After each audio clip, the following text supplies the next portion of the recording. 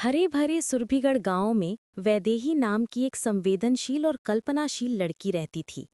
उसके मन में हमेशा नए सपने और नए विचार जन्म लेते थे।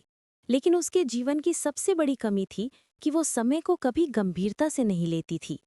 कुछ साल पहले उसकी दादी का देहांत हो गया था और वैदेही आज भी इस बात का पछतावा करती थी कि वो उनके साथ उतना समय नहीं बिता पाई जितना उन्हें देना चाहिए था। इसी बीच उसे नवसृष्टि नगर के एक प्रतिष्ठित स्कूल में शिक्षिका की नौकरी का अवसर मिला।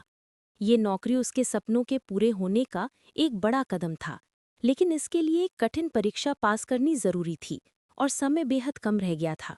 सुरभीगढ़ में एक पुराना तारणेश्वर मंदिर था, जिसके बारे में एक प्रचलित कथा थी कि वहाँ एक समय रत्न छिपा है। कहा जाता था कि ये रत्न तभी मिलता है जब कोई व्यक्ति समय का असली मूल्य समझे। ये कथा वैदेही को बचपन से आकर्षित करती थी। वो मन ही मन सोचती कि अगर उसे ये रत्न मिल जाए तो शायद वो अपनी दादी के साथ बिताए पलों को वापस पा सके और परीक्षा की तैयारी के लिए भी अतिरिक्त समय मिल जाए। एक दिन गांव में एक वयोवृद्ध तपस्वी आए। उन्होंने घोषणा की कि जो व्यक्ति उसी दिन सूर्यास्त से पहले मंदिर के 3 रहस्य द्वार पार कर लेगा, वही समय रत्न का अधिकारी होगा। ये सुनकर वैदेही के भीतर उत्साह जाग उठा, पर उसकी पुरानी आदत फिर सामने आ गई। उसने सोचा कि अभी तो पूरा दिन बाकी है, पहले थोड़ा आराम कर लूं, दोस्तों से मिल लूं, फिर निकलूंगी। इसी टाल मटोल में समय निकलता गया और जब वो मंदिर पहुंची तब सूरज ढलने ही वाला था। मंदिर के पहले द्वार पर एक पहेली लिखी थी, मैं चलता रहता हूं पर कभी लौट कर नहीं आता, मैं कौन? वैदेही ने तुरंत उत्तर दिया, समय। और द्वार खुल गया। इससे उसका मन उत्साह से भर गया।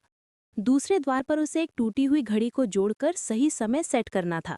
वैदेही ने जल्दबाजी में कई गलतियां कर दी और उसे पता ही नहीं चला कि कितना समय निकल गया। जब वो तीसरे और अंतिम द्वार तक पहुंची, तब तक सूरज पूरी तरह डूब चुका था। द्वार बंद हो गया।